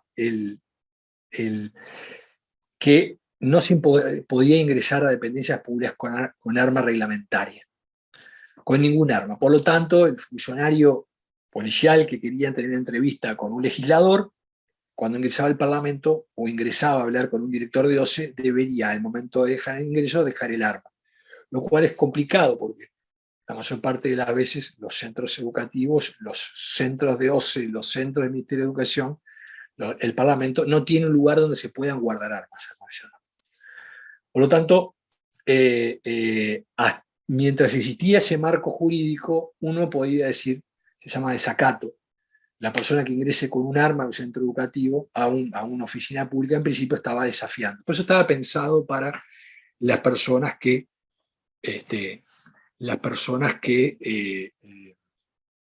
tenían porte de arma. En el caso de un funcionario policial que no venga en calidad de auxiliar a la justicia por una medida que esté moviendo droga, que se estén lastimando gente, o sea, ladrones dentro del liceo, sino que va con calidad de padre o en calidad de alumno, con la derogación de esa norma, que fue un artículo del Código Penal y que se reglamentó y se estableció que la policía tiene derecho de porte o de portar el arma mientras está en servicio, ¿verdad? Si esa persona, dentro de las 8 horas que está, tiene que ir porque lo llaman o lo convocan en el centro educativo, digo, yo entiendo que estaría habilitada y no tenía por qué dejar el arma. Ahora, hay las situaciones habituales, sobre todo en aquellos centros educativos donde están próximos a un centro de formación policial o militar o un destacamento, cualquiera de los dos, es muy habitual que las personas, porque no tienen dónde dejarla, asistan con el arma. Mientras el arma no sea utilizada, ¿verdad?, como una forma de intimidar a un docente o a un funcionario o algo que esté en la tarea, yo creo que pueden ser, el Estatuto del Estudiante habla de reglas consensuadas por la comunidad educativa. Entonces entiendo que la comunidad educativa, y es muy personal esto, ¿verdad?, podrían establecer que, bueno, que el alumno, fundamentalmente, que si va a venir todos los días, que bueno, que pueda dejarla, que no siempre es posible, dejar el arma reglamentaria en su destacamento y no ingresar al centro educativo. Pero vuelve a lo mismo, hay normas que avalan a que la persona pueda entrar, el policía que tiene que hacer una compra, que tiene que ir a hacer un trámite público, no tiene dónde dejar el arma. Por lo tanto, deberá estarse, creo, más a cómo actúe ese funcionario, ¿verdad? Digo, hubo una situación, yo recuerdo una hace un par de años, en donde un alumno, estudiante, policial, se comenzó a discutir con el equipo de dirección y en algún momento, si bien no tomó el arma que tenía en la canana o en la cintura, sí la miró y como hizo un gesto como que... Y bueno, ahí sí hay que aplicar la responsabilidad. Independientemente, esa persona debe ser sancionada en su doble calidad de estudiante por el CAP y como funcionario público que tiene derecho a portar un arma que él está haciendo un uso inadecuado. No es un tema fácil, es un tema de los más complejos que la ANEP nunca lo reglamentó de forma expresa, sino que siguió por las normas generales. Y bueno, y creo que hay que estar un poco a esas normas para ver cada situación concreta. Hugo, ¿estás por ahí, no? Sí, está Hugo. Hola. Escuchamos, No te sé si había vemos. algunas preguntitas más. Sí, vamos por la tercera que hemos como agrupado. Acá tenemos una pregunta sobre, quizás un poco más específica en este caso, ¿cómo proceder cuando se utiliza el nombre del liceo en redes sociales por personas que no pertenecen a la institución o estudiantes que lo usan para agredir a otros? ¿Se puede denunciar para el rastreo del IP? Sí, bueno, ahí capaz que la pregunta sería más para ti que para mí. Yo lo que puedo decir son conceptos generales. El nombre del centro educativo, me consta que ha pasado, que se han creado en distintas redes sociales. La ANEP y ningún organismo público tiene la posibilidad de monitorear todas las redes sociales y los distintos sitios que pueden existir, ¿verdad? Lo que no quiere decir que un funcionario público, cuando tenga conocimiento de que se creó una especie de página que pueda ser trucha, puede ser una forma del centro educativo que no lo es, o una página que se hace referencia al nombre, lo puedo denunciar oportunamente. Sobre todo cuando en ese espacio se hace un uso y se cometen los mismos delitos que les dije acá y la misma falta, se insulta, se agravia, se miente, se desprestigia y se desinforma. En esos casos existe la Dirección General de Prevención de Delito, que estaba actualmente el Ministerio del Interior, hay una división informática donde se pueden radicar las denuncias por este aspecto. La ANEP no puede por sí sola indagar a través no tiene esa posibilidad ningún delito, ni este ni otros. Por lo tanto, es un cometido propio del Ministerio del Interior, donde creo que se debe radicar la denuncia. En ese caso, bueno que se haga. Ahora me estaban informando recientemente que aparecería la sospecha de que se creó no sé en qué red, porque yo no tengo redes sociales, salvo Facebook para comunicarme con mi familia, y rompamos todo, por ejemplo. Como que hay un grupo de jóvenes que se llaman a entrar al liceo, romper todo y filmar y ponerlos en un sitio que no sé verdaderamente cuál es. Se está indagando en este momento esta situación, si es cierto, si no es cierto. Entonces, por supuesto que en una hipótesis como esta, donde un director o su director ve que se rompe un banco de un centro educativo que identifica que es de él, pero bueno, no tiene cómo comprobarlo, tiene todo el derecho, y entiendo también el deber, de denunciarlo, ¿verdad? ¿Dónde? El Ministerio del Interior, la seccional correspondiente, es lo más cerca. Y la seccional correspondiente deberá elevar a esa repartición del Ministerio del Interior, que se dedica a los delitos informáticos, a ver cómo se gestiona. ¿Bien? Impecable, gracias Bautista. Vamos con la siguiente que tenemos por acá. La que hemos también seleccionado con Hugo es, en caso que se identifiquen abusos de parte de estudiantes, entre ellos, ¿corresponde algún protocolo interno o también se debería erradicar la denuncia en sede policial? Cuando hablamos de abusos, abuso puede ser un abuso de confianza, puede ser un abuso sexual, puede ser un abuso de que le roba plata. Necesito que se precise un poco más. Si supongo que es lo que están hablando, que es una situación de acoso o abuso sexual, supongo, dependerá si eso si es parte de la comunidad educativa, funcionario o alumno, o si es violencia intrafamiliar. Como no hicieron ninguna pregunta escrita de esa, yo no le puse ese capítulo, porque si no podemos hablar 2 días de este tema. El Código de Niñez y Adolescencia establece que ante denuncia escrita o verbal de un alumno, de un menor o un adolescente por una situación de abuso físico o sexual, la autoridad que lo escucha, que lo recibe, deberá hacer la denuncia policial o judicial inmediata. Eso no está en ninguna norma de ANEP, sino que está en el propio Código de Niñez y Adolescencia.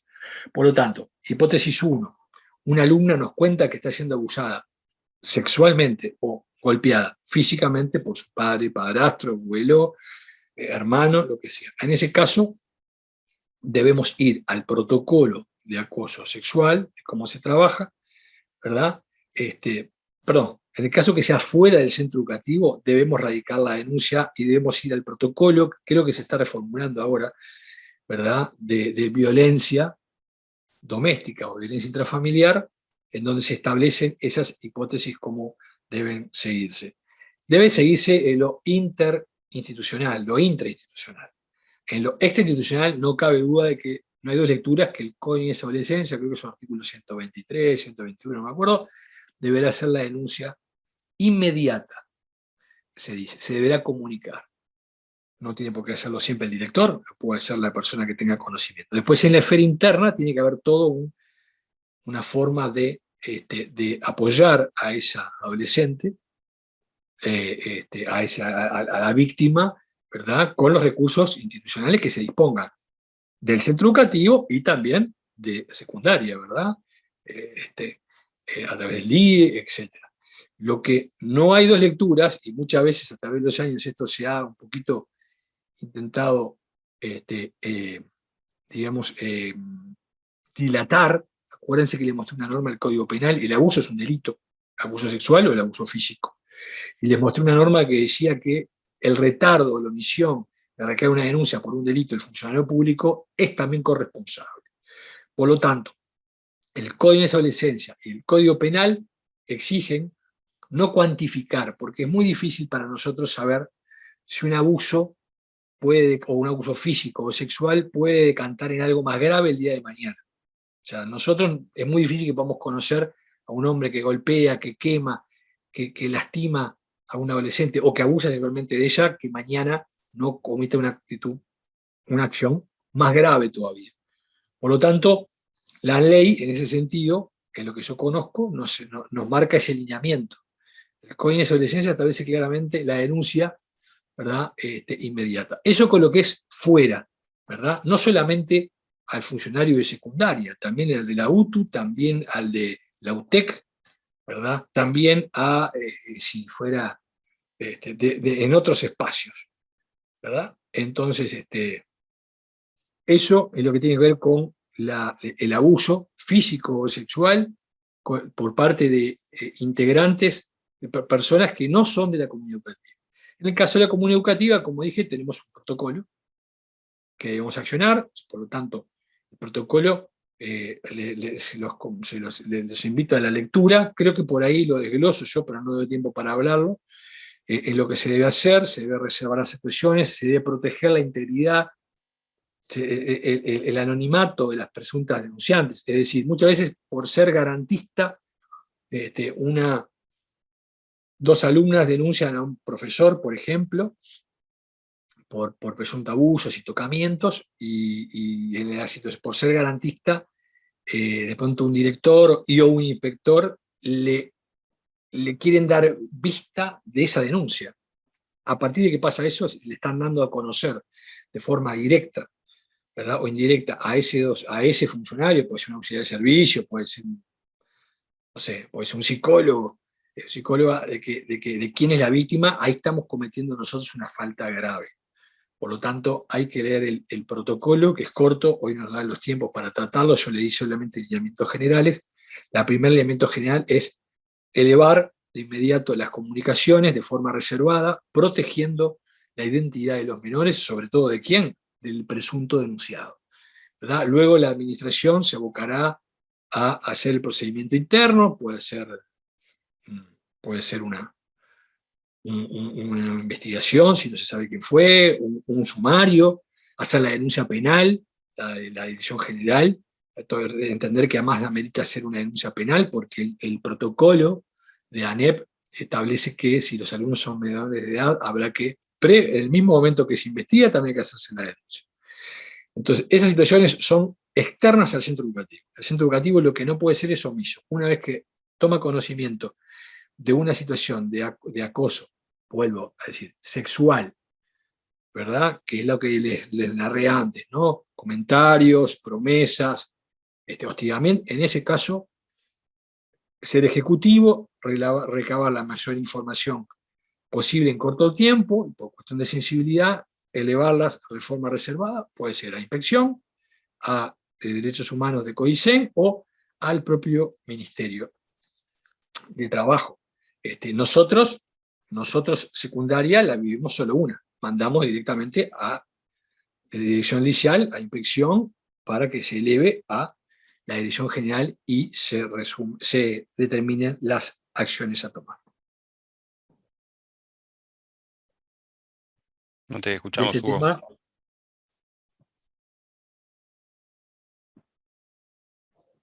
Duagón, nos quedan dos últimas preguntas. Y para terminar, ¿qué se hace cuando un alumno ingresa ya a primera hora con efectos de drogas? Bueno, quizás sea una pregunta, yo dije que todas no voy a tener, ojalá pudiera tener respuestas a todas las preguntas. Difícil esta. Ahí lo que yo le digo es, tienen que ir al manual o guía que no es jurídico, ¿verdad? De sustancias, cómo proceder cuando hay un alumno que ingresa ya drogado, alcoholizado con sustancias. La asistencia, la intención de brindar asistencia por el servicio con que se cuente es importante, aunque la persona no lo acepte o se niegue. Pero nosotros, si alguien llega a tener una descompensación en algo, es importante. Luego asentarlo y hacer el procedimiento disciplinario correspondiente, que es el CAP, ¿verdad? O sea, CAP seguro y poder brindar asistencia seguro. nosotros, si está drogado, el consumo en Uruguay no está penado. O sea que por el solo hecho de entrar drogado o borracho, no está cometiendo un delito, pero sí una falta como estudiante. Entonces se debe convocar el CAP y también deberá prestársele asistencia por las dudas, no para constatar que esté borracho, que esté drogado solamente, sino porque puede haber, digamos, puede estar consumiendo cualquier cosa que no sea, digamos, le pueda causar un trastorno y por lo tanto tener la garantía de que se recurrió a la salud. Este protocolo, esta guía que hablamos, que yo le citaba recién, está siendo revisada también y ya se elevó a Codicen un poquito más detallado y más amigable la lectura. No eran 70 hojas como había en la guía esta que les nombraba de drogas del año 2007 o 2009, sino que es más pequeña, está más reducido qué hacer en cada etapa, es más amigable. Yo calculo que en breve va a salir porque se elevó ya hace tiempo para su aprobación, pero pero, pero la situación del alumno que esté drogado creo que es fundamental, si es menor de edad, la comunicación con los padres, ¿verdad? El joven no debe permanecer en el centro educativo, sí darle la posibilidad de ver si asiste, porque también puede decir que la emergencia móvil entiende que no es una situación de emergencia como para asistir, pero que nosotros tentamos llamar a los padres, comunicárselo, y obviamente que el alumno no puede estar presente.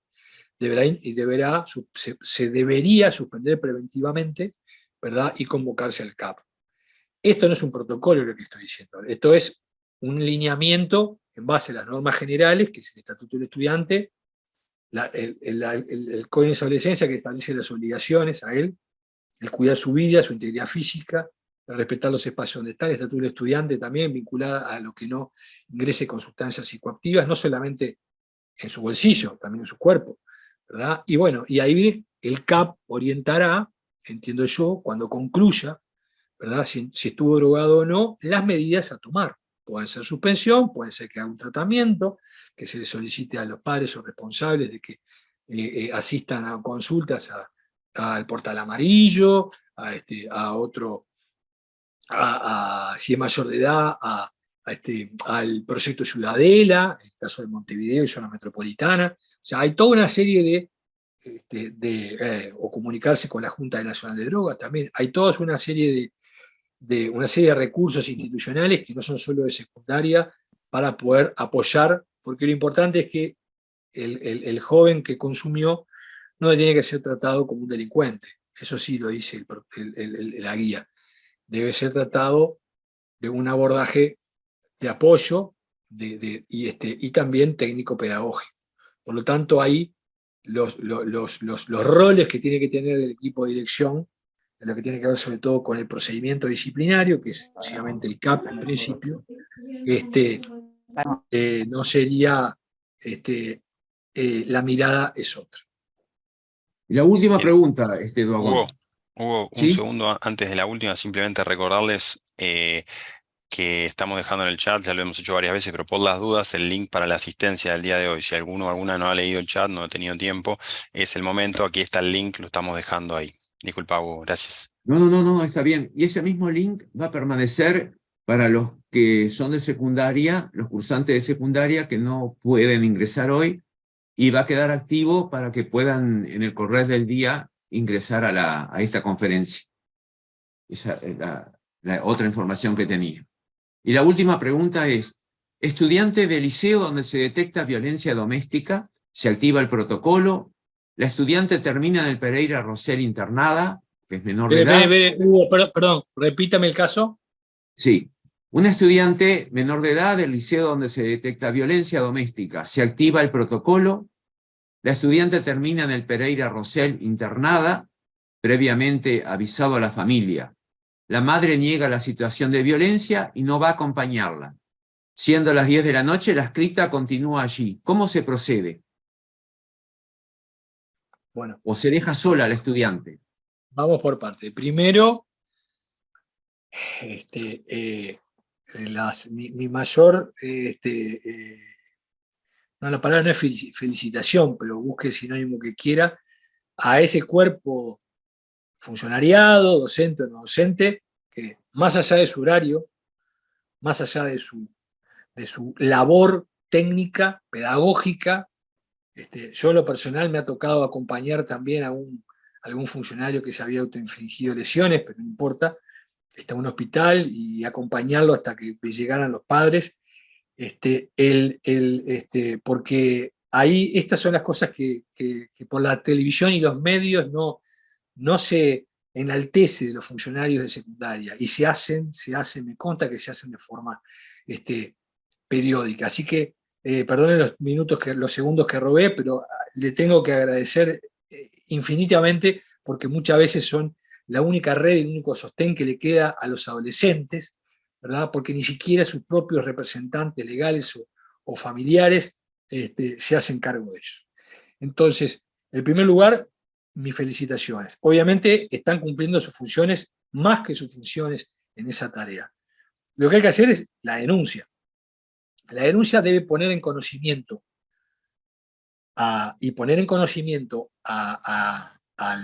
la justicia, y la justicia deberá comunicar a INAU. Esto no es perfecto, el sistema es bastante, muchas veces el sistema judicial es bastante, en algunas cosas, imperfecto, por decir una forma amigable, pero funciona. Entonces, en definitiva, cuando nosotros constatamos una lesión física, si nosotros hacemos la denuncia, el que está actuando en estas circunstancias es el Poder Judicial. Si el Poder Judicial, nosotros le decimos quién, cómo, cuándo y dónde, que es lo importante, cuando informamos, ¿verdad?, que la alumna fulana de tal, el día tal, ingresó, fue asistida por la emergencia de tal SWAT y constató lesiones, enojos y otra cosa, que la menor fue derivada a centro de salud tal y que señalaría como responsable de la agresión a su padre, a su madre, a su padrastro. En ese caso, es el Poder Judicial que tiene que, con el Ministerio de Interior, tomar cartas en el asunto, e INAU, que es el que tiene la custodia, debe tener la protección de los menores, no secundaria, que estamos llamados a educar, ver la forma en que puede, si el padre no va o no quiere ir, brindar un servicio para poder acompañar a ese educando en esa situación. Me queda claro que no está perfectamente aceitado, porque ahí requiere INAU y Poder Judicial articular con nosotros, lo cual no es fácil, pero tampoco es imposible. Digo, ahí yo no quiero poner líneas o comprometer a organismos o a reparticiones de organismos como es INAU, que no necesariamente están llamados a eso, pero están los centros de estudio de derivación, lo que era el viejo SED, o ese se llama la unidad de derivación de INAU. Habría que buscarlo en internet, el número de teléfono en donde uno puede dar cuenta, y también en línea azul, ¿verdad?, para solicitar ayuda. Por lo tanto, el funcionario que está cuidando a esa alumna no es una obligación que esté implícita, es un deber que tenga que hacer, por eso no hay otra cosa más que agradecerle por la tarea que hace, pero hasta cuándo tiene que estar, no se lo puede decir, porque está ya cumpliendo una labor que exorbita su función, ¿no? Lo que sí deberá hacer es, al otro día, comunicar por escrito. En general, hay dos formas de comunicarse. Una es en la seccional correspondiente, o la otra es en Montevideo, si esto pasa, o en el interior, siempre hay un juzgado que tiene competencia en menores con derechos vulnerados. En Montevideo son los juzgados especializados en violencia doméstica. En el interior son los juzgados letrados que tienen competencia en esa materia, en las ciudades, o los juzgados de paz. O uno lo hace directamente en la seccional, o de lo contrario puede enviar por mail, tiene que entrar a los juzgados de especialidad de violencia doméstica y mandar un mail con un informe al juez. El problema es que son 12 juzgados y hay solo 2 de turno por semana. Es más complejo. Entonces, la seccional es lo más fácil, aunque le pueda llevar más tiempo, ¿verdad? Yo lo que entiendo ahí es que excelente la labor que hacen, que exorbita su función, sea cual sea, de psicóloga, de directora, de subdirectora, de adscripta, de profesora, pero en un momento tenemos que hacer que entre a la cancha, perdón la vulgaridad como lo digo, el organismo que está llamado por ley, por Constitución de la República, a proteger los derechos de los menores vulnerados, que no es secundaria, es INAU. Entonces, deberá ser INAU que estructure la forma de ver cómo se pueda proteger a ese menor en el centro de salud o en los socorros que se encuentre. Lo que sí es claro es que lo que nosotros está a nuestro alcance es denunciar seguro. Si no denunciamos, estamos en omisión. Si denunciamos y decimos claramente que esa menor está siendo vulnerada aparentemente por sus propios padres y está sola, e INAU no toma, el Poder Judicial no toma cartas en el asunto para darle contención, bueno, ya no es un problema nuestro, que hicimos más de lo suficiente. Pero me consta que estas situaciones se dan con regularidad, cuando pasa, es compleja y bueno, y que el compromiso de esos funcionarios exorbita su función, pero no le tengo una respuesta, como dije, no iba a tener respuesta a todo, única, de cómo rápidamente, como si fuera cuidados paliativos solicitados, ¿verdad?, para una persona que está teniendo un problema de salud determinado, de forma inmediata poder cubrir ese adulto de secundaria y sustituirlo, porque el padre no va a ir, la madre no va a ir, y bueno, el encargado de buscar las redes es en ese caso el Poder Judicial, pero hay que avisar. Doctor Bautista Duagón, muchísimas gracias por esta instancia, por el intercambio, por la disposición y haber preparado sobre todo todo este espacio desde las preguntas también de los cursantes. Queremos también agradecerle a todos los colegas que han estado durante este rato, un viernes además, sabiendo que muchos de ellos también están en tareas dentro del centro educativo. De nuestra parte, Hugo, ¿algo más que queramos dejar? Bueno, no, muchísimas gracias, doctor Daguán, y gracias a los colegas que participaron. Va a estar habilitada la conferencia y va a estar habilitado también el link para marcar asistencia durante toda la jornada de hoy. Muchas gracias. Bien, de mi parte, agradecer a todos. Las preguntas son sumamente atinadas, son situaciones que se viven todos los días, no está protocolizado absolutamente todo. Esto lejos está de ser un protocolo manual de cómo hacer cada situación, sino es una guía en base a las normas generales que nos marcan derechos y obligaciones. Yo hasta el día de hoy inclusive la estoy un poquito puliendo o mejorando, por eso se las enviaré a los compañeros.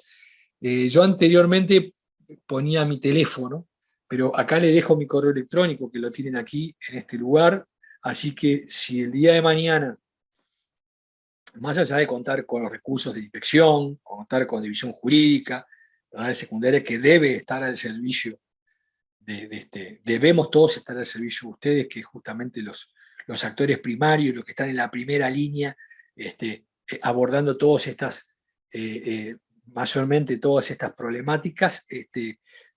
Yo le dejo mi correo electrónico y si algún día, por alguna situación, tienen alguna duda, no dejen de consultar, trabajar en equipo, de consultar a las inspecciones, a jurídica, etcétera, pero también desde este humilde lugar, si tienen alguna consulta, pueden dirigirla vinculada, claro, a lo que hablamos, vinculada a la gestión de centros educativos, de las temáticas que estamos tratando, ¿verdad? Si tienen un problema con un inspector, un director, les pido que no me lo manden por mail, porque eso ya es un tema más bien de recursos humanos y no la gestión vinculada a los centros educativos. Pero cuenten conmigo para una voz más poder pensar juntos en los problemas. Muchas gracias. Muchas gracias. Estamos por concluida entonces la instancia y nos estaremos reencontrando en la próxima. Adiós.